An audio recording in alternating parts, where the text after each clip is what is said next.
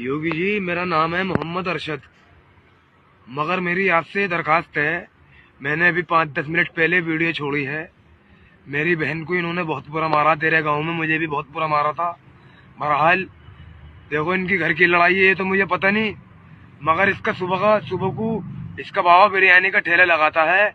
अरे ये रात को जो है हमारा बहनों ही लगेगा, यो हमारी बहन का मियाँ यानी कि दानिश, ये रातों को गाय काटता है। एक तो इसका नाम है हमारा बहनों ये दानिश, और तुम्हारा खुदा भला करे एक का नाम है खालिद।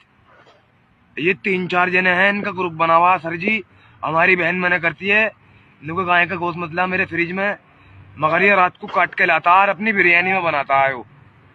यो खालिद करवाता है इनसे सारे काम, इनके घर के अंदर घुस के रांगड़ों में से खालिद। यो है इनका बीच का बउआ। इसे कल पुलिस वालों ने, हम देरे में पुलिस चौकी है एक,